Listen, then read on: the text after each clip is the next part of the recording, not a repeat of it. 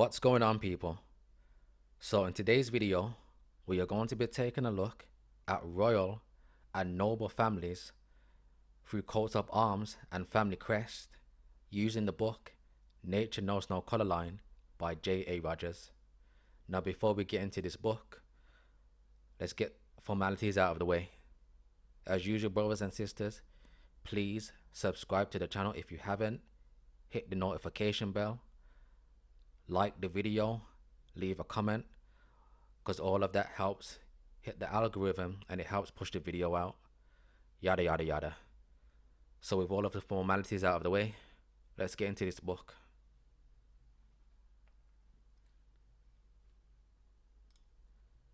Okay, so now brothers and sisters, jump into page 94.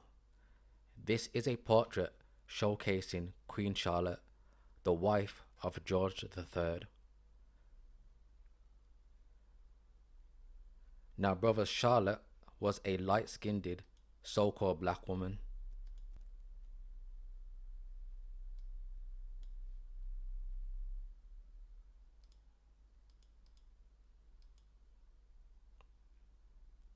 Now let's take a look at some more authentic portraits of Charlotte.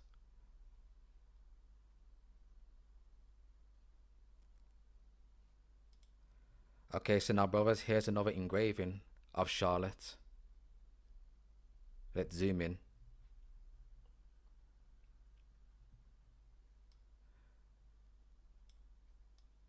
Now I want brothers and sisters to pay attention to her features.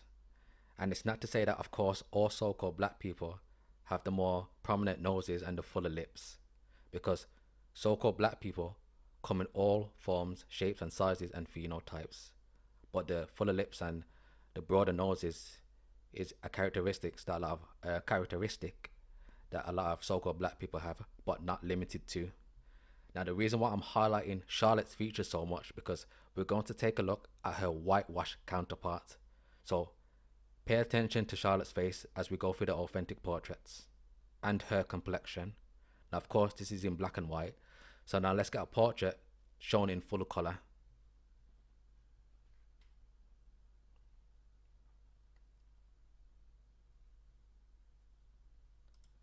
Okay, so now brothers, this is a painting done by Alan Ramsey, and he personally painted George III and his wife Charlotte. Now as you can see, like I said, brothers and sisters, Charlotte is light skinned, okay? Modern day she would be described as a red bone or a yellow bone. And brothers, this is the complexion, what we would call a light tawny complexion.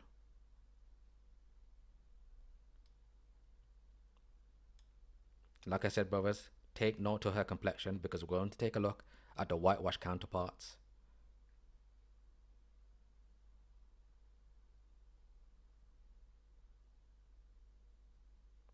Okay, so now brothers, let's take a look at some of the whitewash counterparts.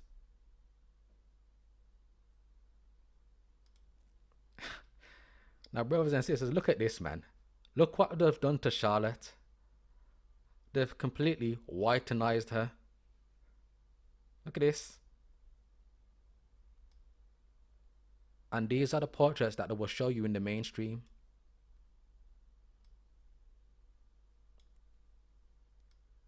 Let's go back to the authentic painting.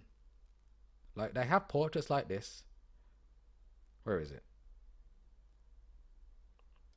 As I said, it was painted by Alan Ramsey, who personally painted George III and Charlotte. Look at this.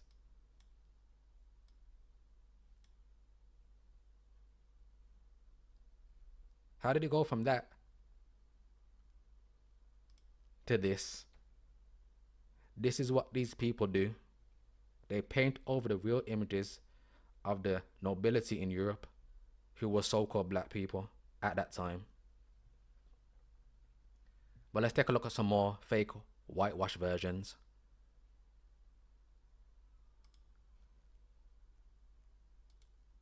Okay, so now brothers, here's a portrait of Queen Charlotte.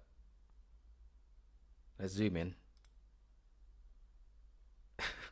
Look at this, brothers and sisters.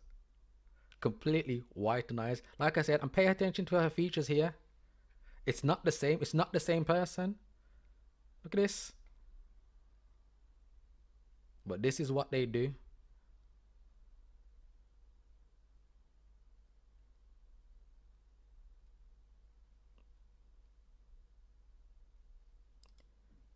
So now, brothers, this is also fake images of George III and Charlotte. And don't worry, we're going to get the real portrait of George III also. Look at this. Both of these are fake, brothers. They're whitewash versions.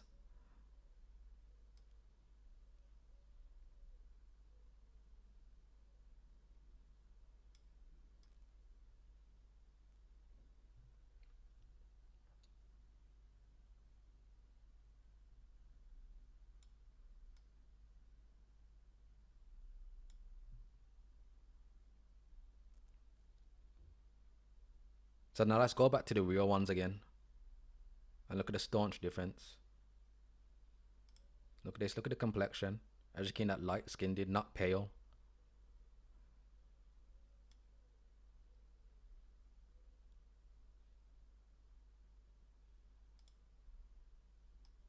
Once again, two different people.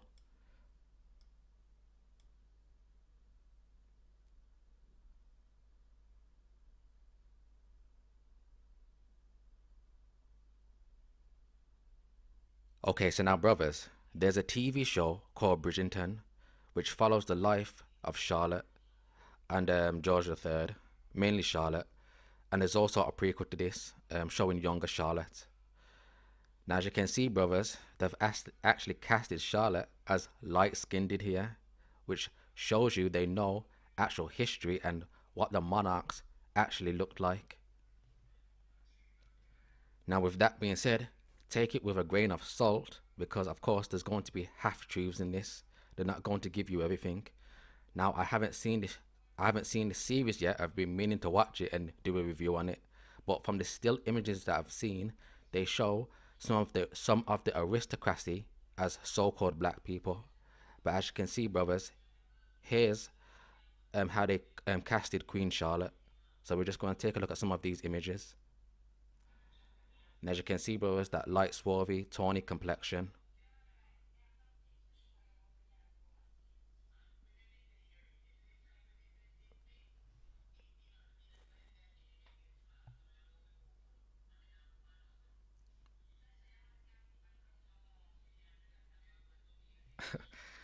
Now, brothers, this image right here that my mouse is following, my cursor, they know what Charlotte looked like, yet as you can see, they're still using the white or the whitenized version of her portraits. Well, let's keep scrolling.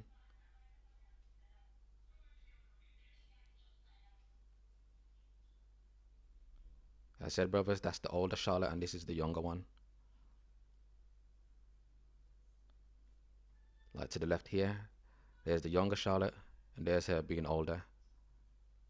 And as again, that light caramel complexion.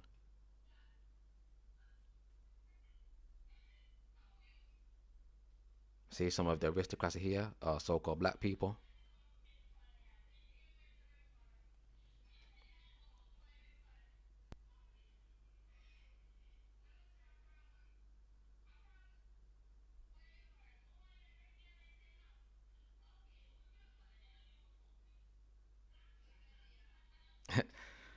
Now, to the image to the left, brothers, as you can see, they got young Charlotte here and old Charlotte in the TV series. Yet, to the left, they still showing her whitenized portrait.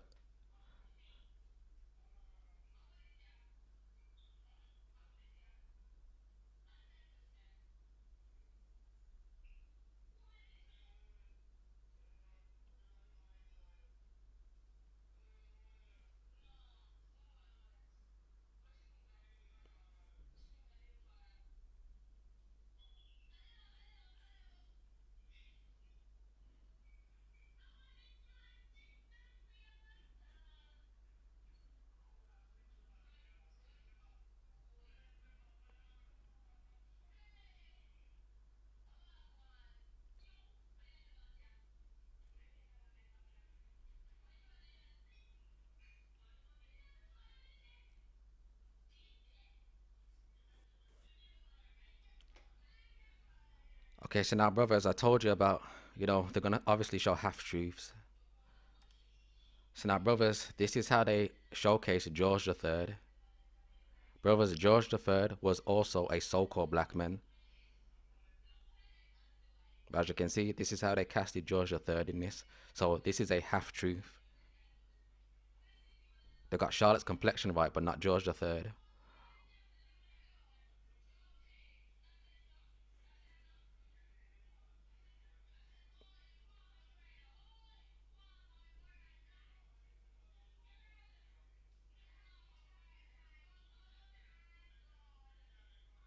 I said I need to watch this TV show and then do a review on it, like I did with the Anne Boleyn series.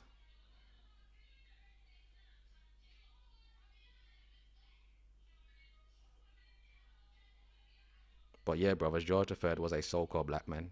He was not Caucasian, like presented here.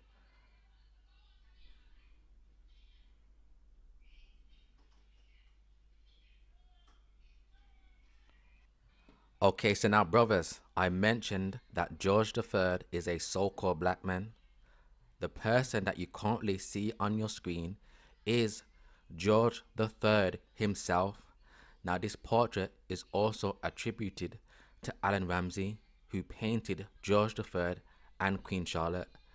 Now they're trying to say that this may or may not actually be painted by Alan Ramsay because they can't seem to make their mind up. Now, brothers, some of you may have already seen this portrait before. This portrait right here has gone through the ringer because they can't figure out which lie they want to go with. Because as I've mentioned, brothers, what they do, they take the real images of the nobility in Europe, that being black men and black women, and they retitle these images. Now, I just want to state, brothers, there's a level you have to understand.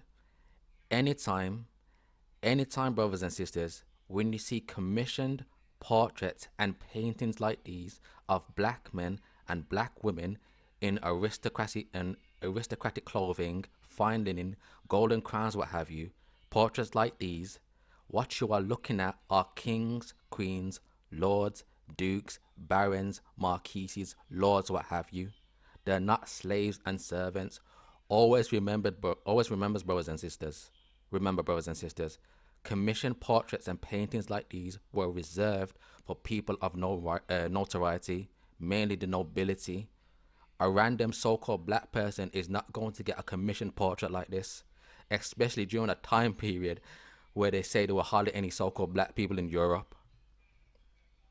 So always have that foundational understanding whenever you see portraits like these of black men and black women.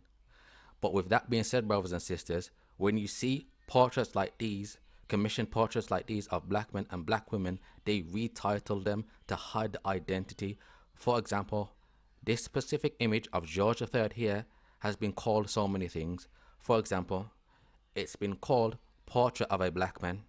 It's been called Portrait of a Negro. It's been called Portrait of a Black Man in Georgian Europe or England.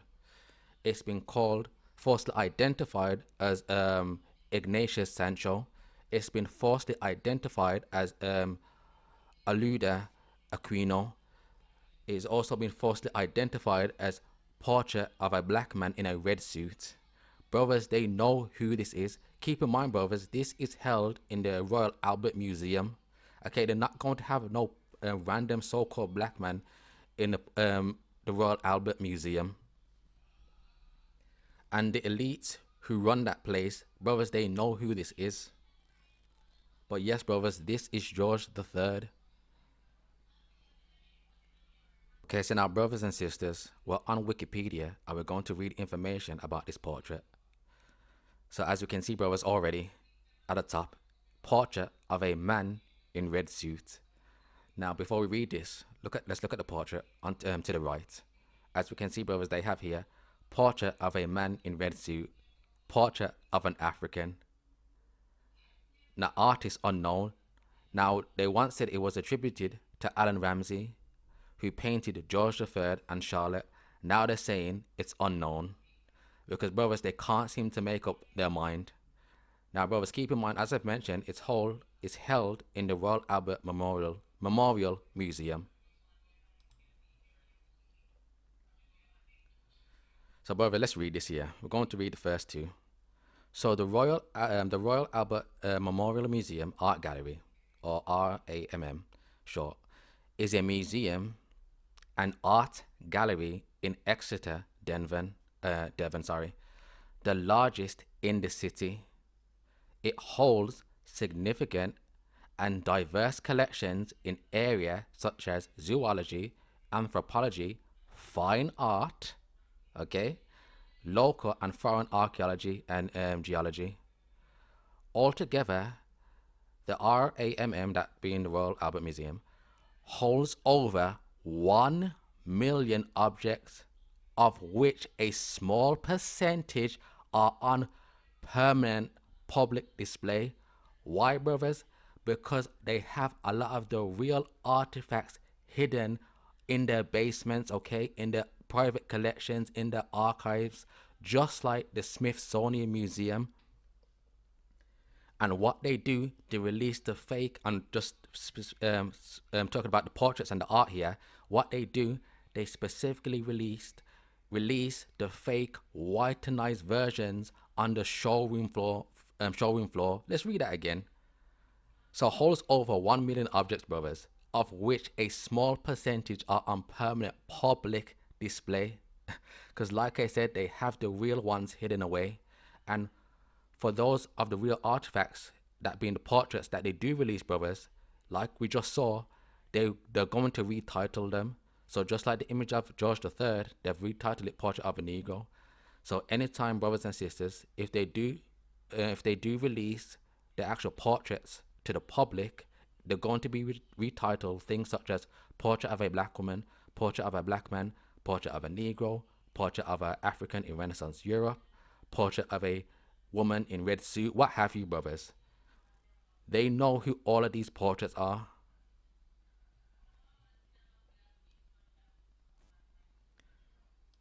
Like I said, brothers, as I've always mentioned, they have a lot of real artifacts, statues, sculptures, monuments, paintings, frescoes that they have hidden in their basements and in their private collections and in their archives. And they release fake artifacts on the showroom floor for the public. It's what they do. But anyways, brothers and sisters, let's read on. So, Portrait of a Man in Red Suit, formerly known as Portrait of an African, is an 18th century oil painting of a black man held by the Royal Albert Memorial Museum and donated by Percy Moore Turner in 1943. The artist and sitter are unknown. As I said, brother, so now the artist is unknown and now the sitter is. They can't seem to make up which lie they want to go with.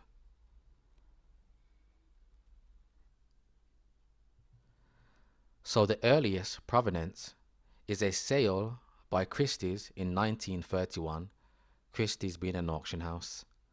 So from 2006 until June 2023, it was attributed to Allen Ramsey, created 1757 to 1760, and believed to be of a young Ignatius Sancho.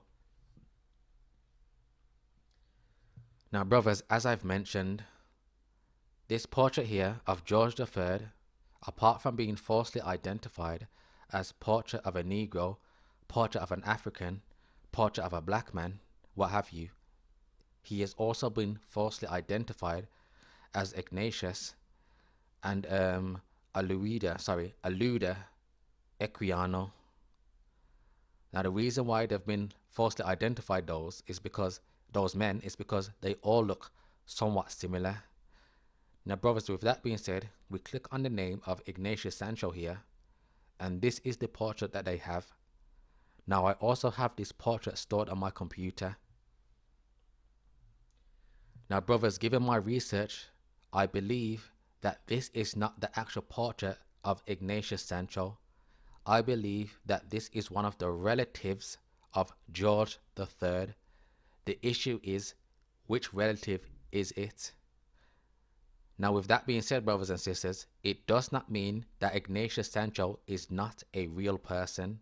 Although it wouldn't surprise me if he wasn't, and they just made up a whole fake slave narrative background just so they can attach it to this portrait. But I'm just going to leave Ignatius there for now until I can get more 100% confirmation on who this portrait actually is. But like I said, brothers, it doesn't mean that Ignatius is not a real person. But I truly believe that this portrait is not him. But let's read on.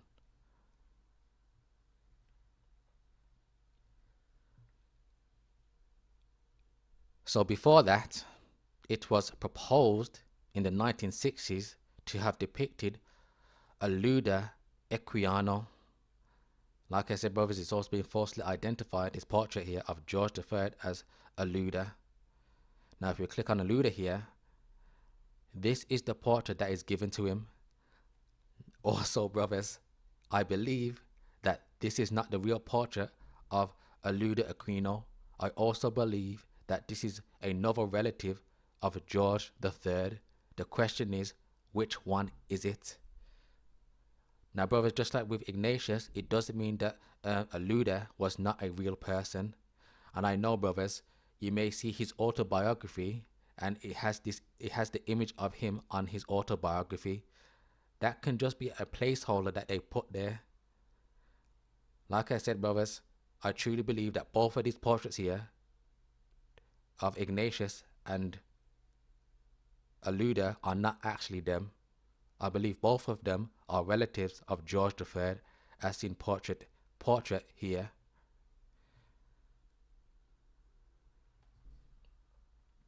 But brothers and sisters, I'm going to leave that there for now until I can get more of a 100% confirmation on who these portraits actually are. But what you're going to come to find out, brothers and sisters, when it comes to these portraits, one second. When it comes to these portraits, you're going to see a common theme. All of these portraits that they showcase all have some type of slave narrative attached to them, some type of slave background, like they were kidnapped from Africa, what have you, or they were sold as a slave.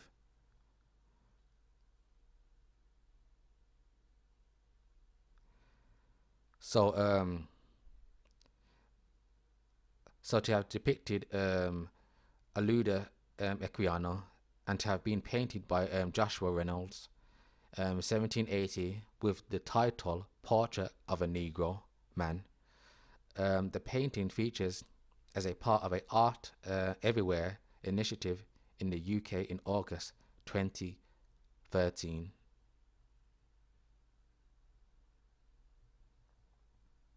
So brothers, here's an AI overview. So Portrait of a Negro, Alan Ramsey. So an 18th century portrait that was once attributed to Alan Ramsey and titled Portrait of an African is now held by the Royal Albert Memorial Museum and is known as a portrait of a man in red suit or in a red suit. The artist and sitter are currently unknown. So they changed their minds once again. So history of the painting. The identity of the sitter has long been a subject of debate among art historians. So 1960s, the painting was thought to be of the author and abolitionist Aluda Equiano, painted by Sir Joshua Reynolds. So 2006 to 2023, attribution shifted to Alan Ramsey, with the sitter believed to be the writer, composer, and abolitionist Ignatius Sancho. Now we just read both of them. During this time, the artwork was often called Portrait of an African, probably Ignatius Sancho. So June 2023, following further research, the Royal Albert Memorial Museum formally changed the title to Portrait of a Man in a Red Suit and updated the artist to unknown. Now, brothers, you really think the big wigs at the Royal Albert Memorial Museum don't know who this is. Brothers, they, like I mentioned, they know that this is George III. They just can't make up their mind which lie they want to go with. And remember, brothers, remember all of the artifacts or the portraits, what have you, that they have for not public consumption, that they don't show to the public. So, brothers, this is just one example. They have many portraits like this, as I've mentioned, of black men and black women in their private archives that they don't show to the public. And as I said, I know that the Albert Royal Museum, they have documentation, cross-references, or what have you. They know who painted these portraits, and they know who the people in these portraits actually are. But as I said, they have to run that slave narrative to discredit the black presence in Europe. But let's read on. So about the sitter, despite the historical uncertainty, the portrait is remarkable for its time, as it depicts an individual of African descent. He's not African. One more time, it's George III, King of Great Britain, from the House of Hanover with German roots. Let's read on. So of African descent with a sense of dignity and character, the red coat and confident pose suggests that the sitter was a man of some social standing in Georgian England. That is an understatement. The reason why this man has some sort of social standing in Georgian England, it's because that was his England. He was the king of Great Britain, that being George III. But let's read on. The existence of a thriving community of African Britons during this period adds historical context to this painting. Whole bunch of narrative, brothers.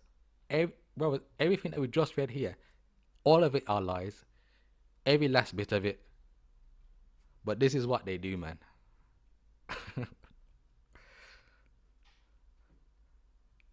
Okay, so now, brothers and sisters, we are back in the book, Nature Knows No Color Line.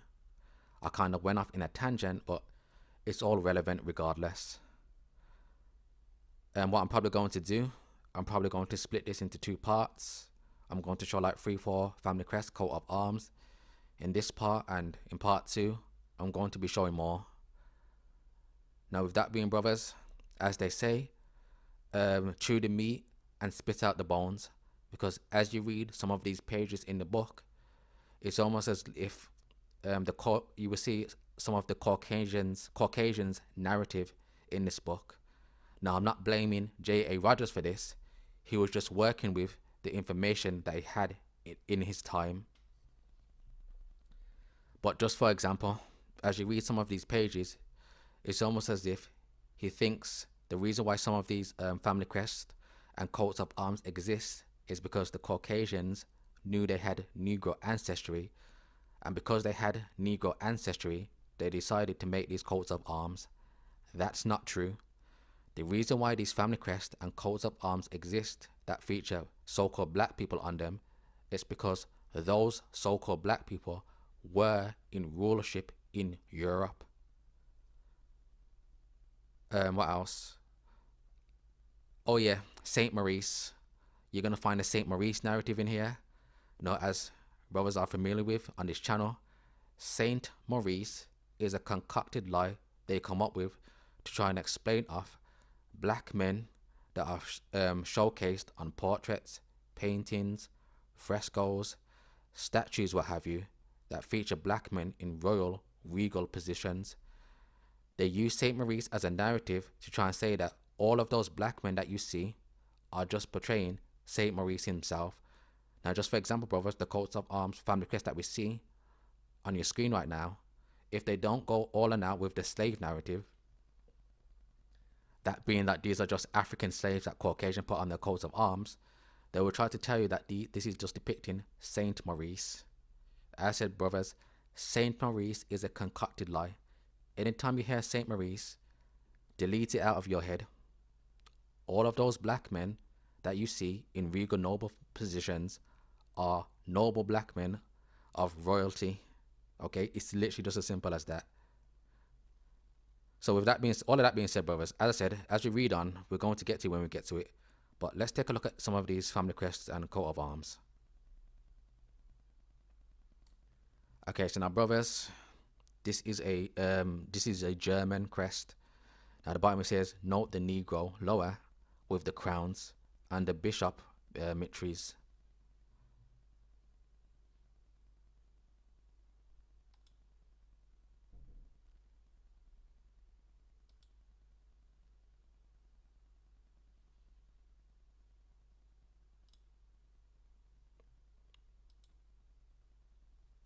As you can see, so-called brothers and sisters, so-called black people.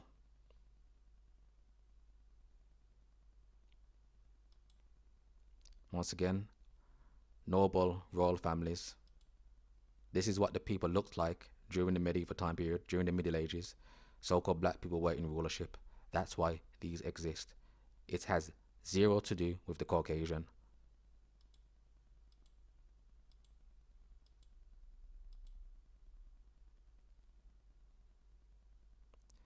So let's get to the next one.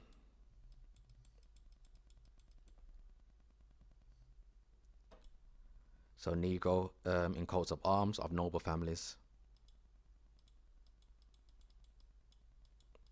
Bear with me, computer's a bit laggy.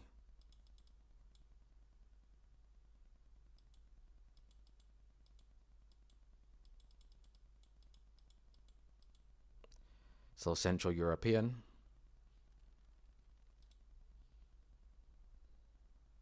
As you can see, all the so-called black figures on these crests.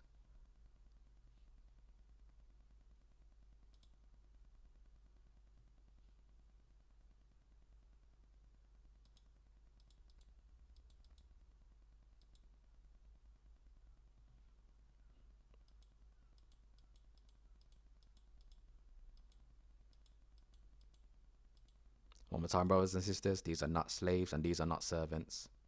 They're nobility. Let's jump down to the next one.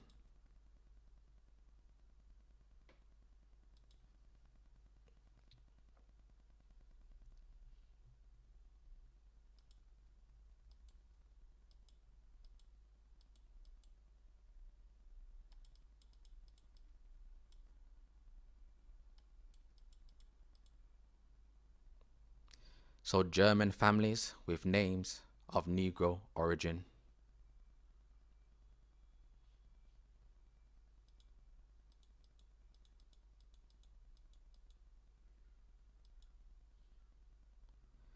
And brothers, just to know, the entirety of Europe was ruled over by so-called black people. As I've mentioned before on this channel, it wasn't just Spain and Portugal. It wasn't just like a little province in like Ireland, or just a little island somewhere off the coast or what have you. The entirety of Europe was ruled over by so-called black people. Think about all the quote-unquote whitest places that you can think of today. Think about Poland, when we look at Scandinavia, Denmark, Norway, places like that. All of that were originally ruled over by so-called black people. The original Swedes, Danes, what have you, were all so-called black.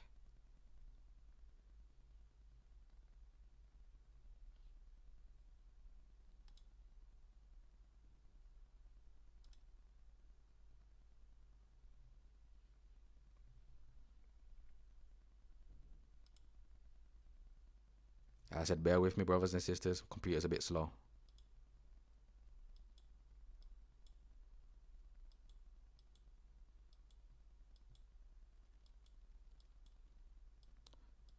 One more time, all noble, all royalty.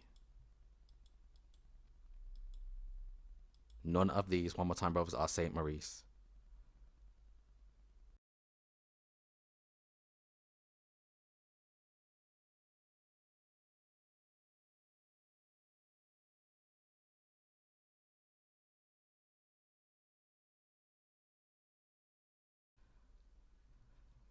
Okay, so now, brothers, I've jumped to page 108 because this paragraph has a lot of narrative in it, mainly the narrative of Saint Maurice. Now, one more time, I'm not faulting J.A. Rogers for putting this in his book. He was working with the information that he had in his time, but it just goes to show you the lies that they were telling back then are the lies that they're still telling to this day. So we're going to read this here.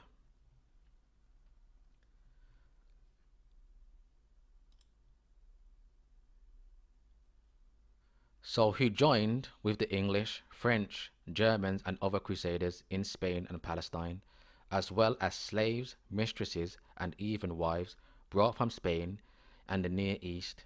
Negroes even then were common in homes of great lords. Having them was fashionable. And fourth, African blacks of the Middle Ages or the later slave period who found royal favor or who rose to some prominence through ability or trade. Now, first and foremost, brothers, it's not the fact that so-called black people rose to royal favor. Those so-called black people were the original royals, the original nobility. But let's read on.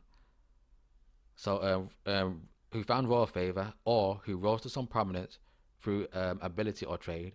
For instance, there were Negro members of the Hanseatic League. Now, we're going to touch on the Hanseatic League a bit after I finish reading this. So the Hanseatic League, a great merchants guild of the 14th or 15th centuries.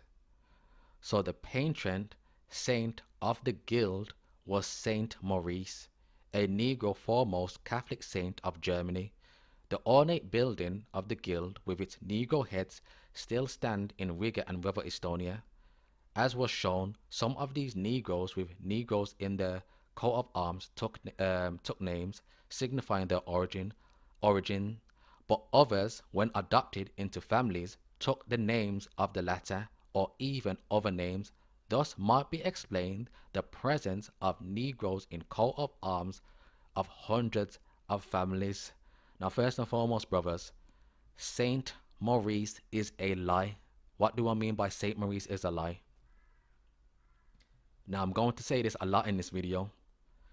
When you see portraits, statues, relics, monuments, frescoes, artifacts, paintings of noble looking black men, looking prestigious, looking royal, looking regal in fine linen, if they don't go with these are exotic Africans or African ambassadors, what they do, they plaster them all as Saint Maurice.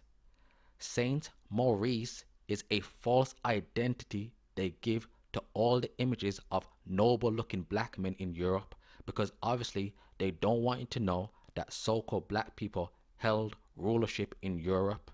Okay, brothers and sisters? Now, when it says that thus might be explained the presence of Negroes in coat of arms in hundreds of other families, or when it says adopted into the family names, it's not the fact that they were adopted into family names per se, it's that those were so-called black people's original names. Okay, brothers, those original royal and noble families were so-called black.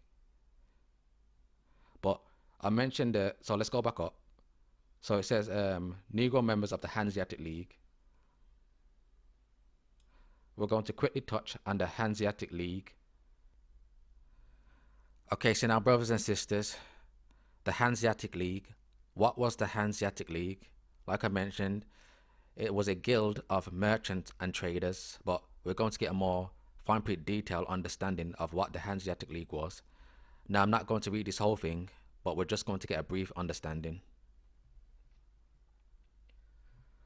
So the Hanseatic League, commonly called the Hansa, was a medieval commercial and defensive network of merchant guilds and market towns in Central and Northern Europe, growing from Lübeck, if I'm pronouncing that correctly, and a few other North German towns in the late 12th century. The League expanded between the 13th and 15th centuries and ultimately encompassed nearly 200 settlements across 8 modern-day countries, ranging from what is now Estonia in the northeast to the Netherlands in the west, and extended inland as far south as Cologne and Krakow, Poland, if I'm pronouncing that correctly. The League began as a coalition of loosely associated groups of German traders and towns aiming to expand their commercial interest, including protection against robbery.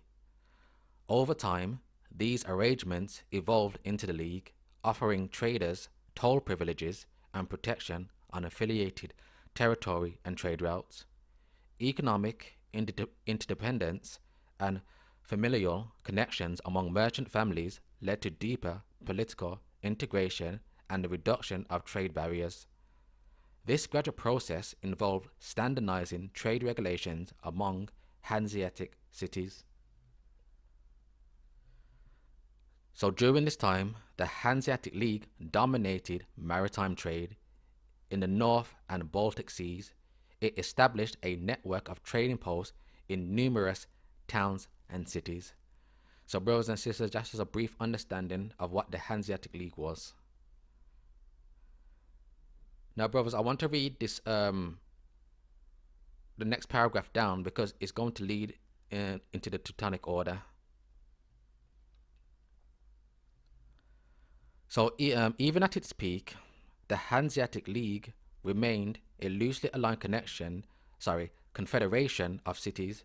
It lacked a permanent administrative body, a treasury, and standing military force. The Grand Master of the Teutonic Order, now the reason why I'm highlighting these two here, the Teutonic Order, but let's read on, was often seen as the head of the Huns, both abroad and by some League members. The Teutonic Order was an official member of the Hanseatic League, unique as the only autonomous landed state to hold membership.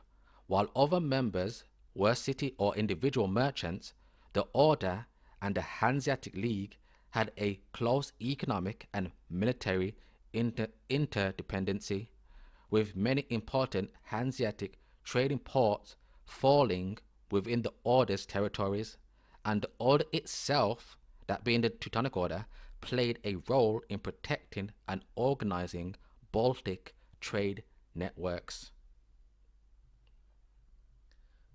So now brothers, so the Teutonic Order is a Catholic and religious institution founded as a military society. Circa 1190, in Acre, Kingdom of Jerusalem, the Order of Brothers of the German House of St. Mary in Jerusalem. Now one more time brothers, there's a reason why I'm highlighting the Teutonic Order. So now let's look at the Grand Master. So the Grand Master of the Teutonic Order is the supreme head of the Teutonic Order.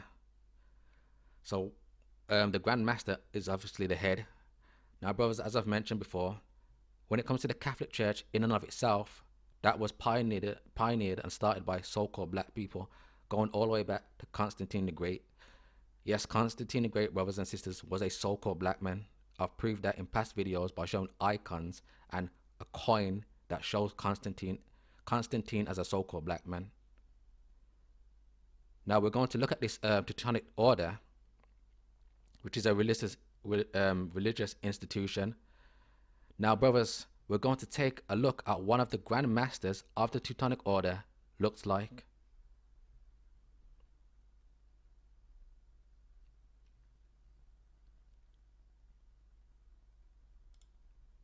Okay, so now ladies and gentlemen, I now present you Albert von Hohenzollern, Albert of Prussia, the first Duke of the Duchy of Prussia, and the 37th Grand Master of the Teutonic Knights. And as you can see, brothers and sisters, he is a so-called black man, mid-brown complexion. These are you Teutonic Knights, brothers. And like it states, he was the Grand Master, basically the head of the order. So-called black man.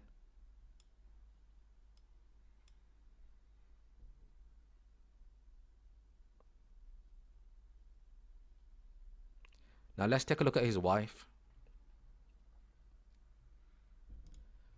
So now, brothers, this is Dorothea, Princess of Denmark and Duchess of Prussia, also a so-called black woman. This is his wife, and as you can see, she's light-skinned, light-complected.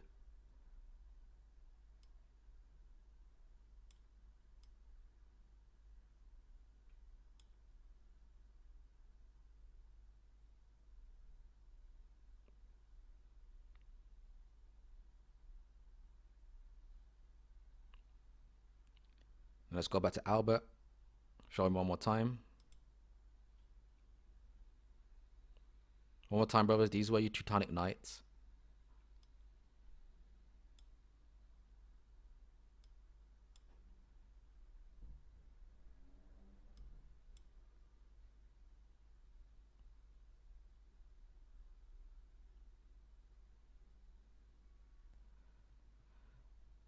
Okay, so now, brothers and sisters, sticking with the Teutonic knights, take a look at this portrait here.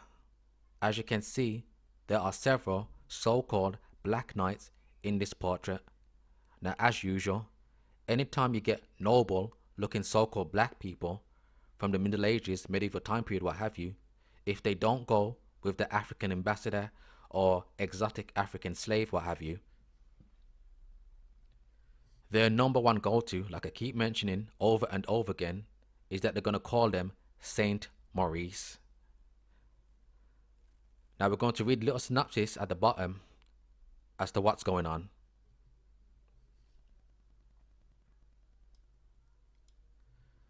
So, portrait of several German knights circa 1520. In order to hide true history, the albinos or the Caucasian not only create fake artifacts, i.e. coins, statues, portraits, but they also purposely misidentify real artifacts. As you brothers and sisters already know, just in part 1 with the portrait of George III, how did they misidentify that? They misidentified that portrait by calling it portrait of an African, portrait of a black man in red coat, misidentified it as Ignatius Sancho or Aluda Aquino, what have you. This is what they do.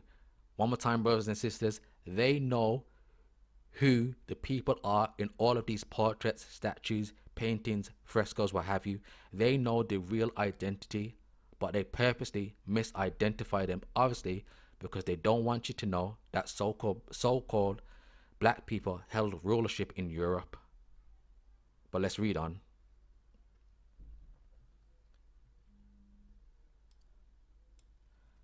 So in this case, as always, with black knights, they are identified as Saint Maurice. Analyzing this painting, note the knight in white on the extreme left has on his arm a cross insignia. Note also that the central figure carries a flag with the same insignia.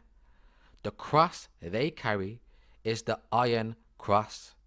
The Iron Cross is a cross symbol, typically in black with a white or silver outline, that originated after 1219 when the Kingdom of Jerusalem granted the Teutonic Order, the order of brothers of the German house of St. Mary in Jerusalem. Brothers, we just read that. Now let's take a look at those figures he was talking about. Now take a look at the so-called Black Knights brothers in white. As you can see, they have that cross insignia. You see, to the left.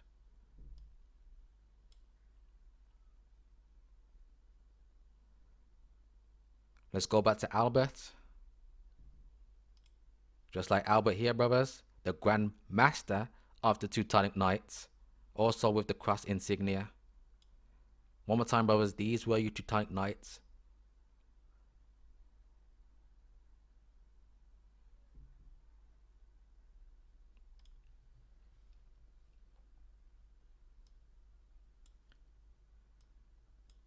So the cross they carry is the Iron Cross. The cross is a symbol typically in black with a white or silver outline that originates after 1219 when the Kingdom of Jerusalem granted the Teutonic Order, the Order of Brothers of the German House of St. Mary in Jerusalem, the Black Holy Roman Empire. Yes, brothers, as you already know, so-called black people ruled over the Holy Roman Empire. You know, you had Constantine the Great. You know, when it comes to Byzantium, also ruled over by so-called black people, which then trickled into the Holy Roman Empire. One of the main figures, that being Charlemagne the Great, yes, he was also a so-called black man. So anyways, the right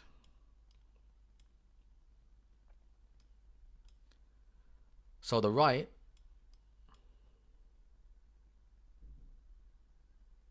to combine the Teutonic black cross placed above a silver cross of Jerusalem, which was a variant of the cross pate. But even more specifically, the central figure seems to be flying a Montenegrin flag. Note also that there is a medieval castle with several other black knights in the background, not showing any religious paraphernalia. Clearly then, the Saint Maurice nonsense is just a typical lie. So let's zoom in, brothers. As we can see the image with the cross of the Montenegrin. That's the central figure here. And take a look at how all of these brothers are dressed. Looking regal, looking noble. And this is what he's talking about, where in the background they had no religious paraphernalia. As you can see, brothers, the knights in the background, so-called black men, dressed noble, dressed regal.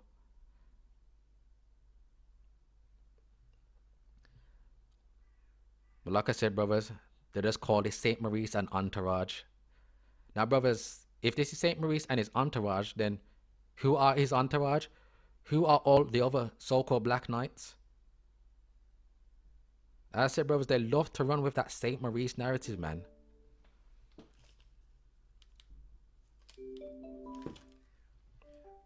Yeah, let's go back to Albert. You know what? Maybe this is also Saint Maurice also. Maybe this is just light-skinned Saint Maurice. You know what? Maybe this is Saint Maurice also. Maybe this is Saint Maurice in drag. Heck, you know what, brothers? Maybe I'm Saint Maurice. Brothers and sisters that are listening, maybe you guys are Saint Maurice also. Screw it. Let's just go all out with the Saint Maurice narrative.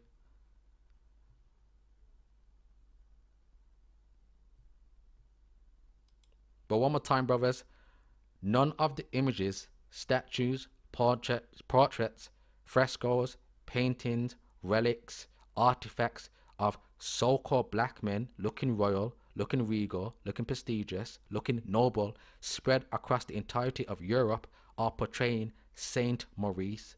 Saint Maurice is a false identity they give to those artifacts, what have you, to discredit so-called black rulership in Europe. Always remember that, brothers and sisters. Saint Maurice is a lie. Okay, so now, brothers and sisters, we are back in the book, Nature Knows No Color Line, and I've highlighted the part about the patron Saint Maurice and the building in Estonia. So we're going to read it here once again, one more time. So the patron saint of the guild was Saint Maurice, a Negro, foremost Catholic saint of Germany. The ornate building of the guild with its Negro heads still stands in Riga and Riga, Estonia. So let's take a look at that building.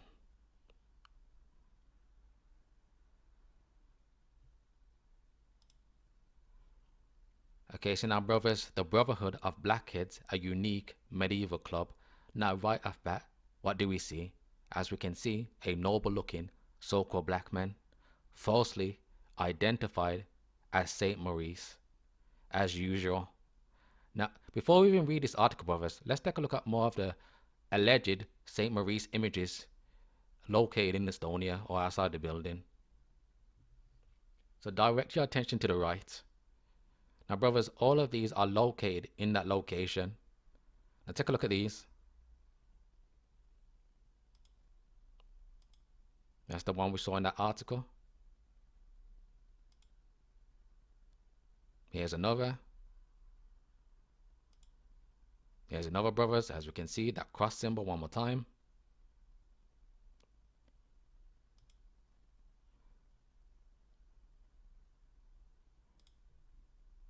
Here's another.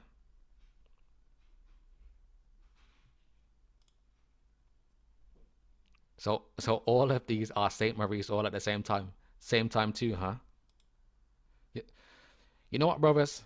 I'm going to have to make a whole separate video revisiting the lie of Saint Maurice, man, because this narrative can't run. It's such a prevalent lie and narrative that they love to put out, man. I really gotta do that video. So you know what, brothers? I'm just going to leave Saint Maurice there for now. Okay, so now, brothers and sisters, I'm going to save Saint Maurice for a separate video. We are now back in the book, Nature Knows No Color Line, and we're going to take a look at more coats of arms, family crest of royal, noble families and individuals.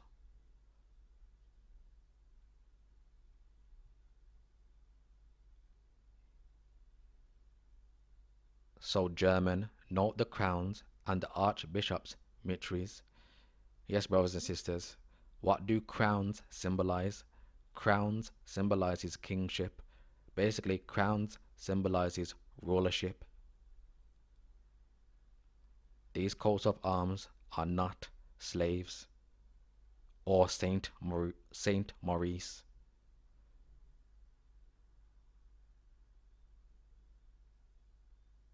And like I mentioned, the Catholic Church was presided over by so-called black people. And that doesn't mean it's righteous, brothers, just because it was so-called black. For those of us who read the scriptures, as we know, Catholicism, the Catholic Church, is just ancient Babylonian teachings mixed in with the scriptures to cause confusion. So for the most part, our people's rulership in Europe was not righteous. But there's always going to be that righteous remnant.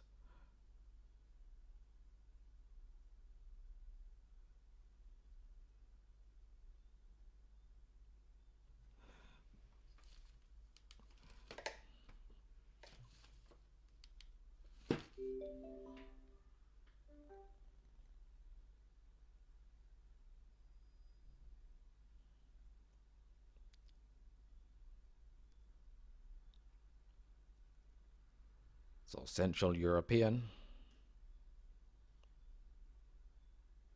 As I said, brothers, even just think of today. When you think of Central European, are these the type of images that comes to your head?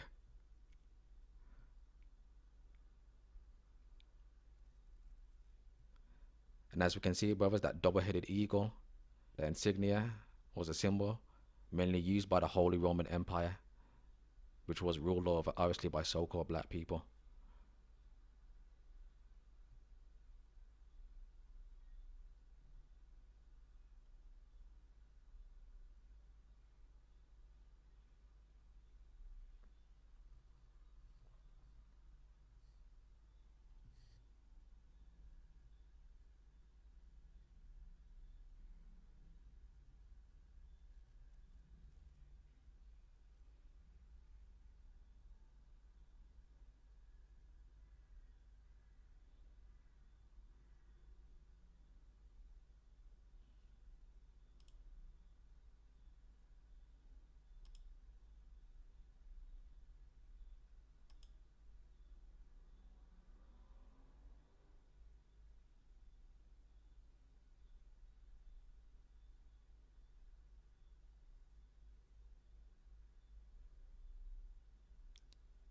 So families with with names of Negro origin, Upper Holland, Upper Holland, Center Middle Portuguese, the other German.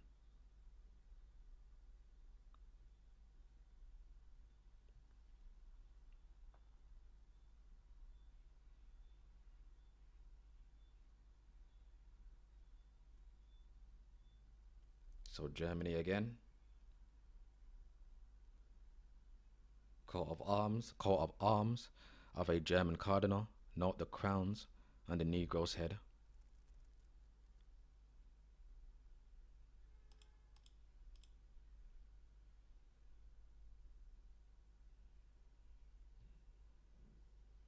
One more time, brothers and sisters, I have to keep saying it.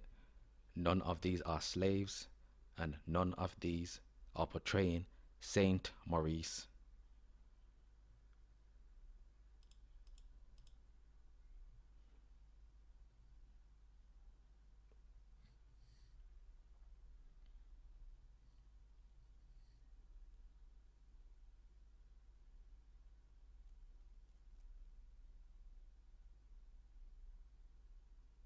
So Germany and Portugal.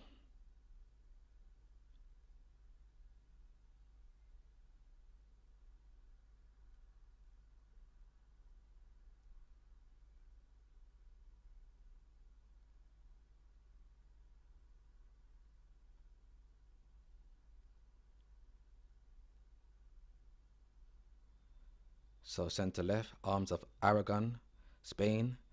Centre right, arms of Kammersberg, Austria, Austria. St. Peter's, or St. Peter, former saint and founder of the Catholic Church, is shown as a jet black Negro.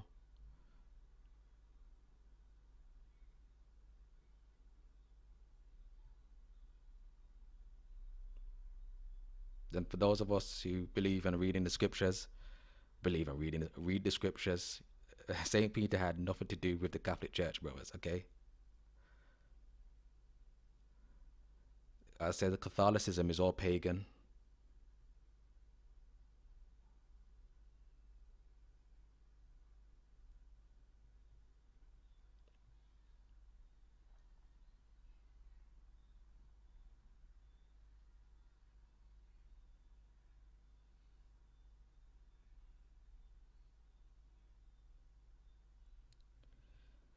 So centre right, the Black Madonna and Christ of Alt Otting and Bavaria. Lowest left, St. Maurice in the coat of arms of Coburg, Germany. One more time, it's not St. Maurice. St. Maurice is a lie.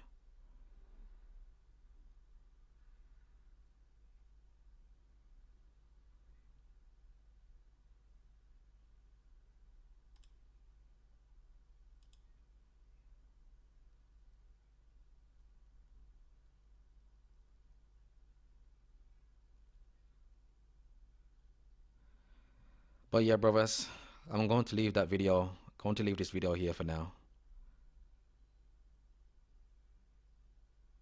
Thanks for watching. Hopefully that was an edifying lesson for you brothers and sisters. For those of you who wish to financially support me on this channel for the videos that I make through donations and tips, you can support me on PayPal, Patreon, and YouTube memberships. With that being said, giving all praises to the Most High Yahweh in the name of Yahweh Shai. Deuces.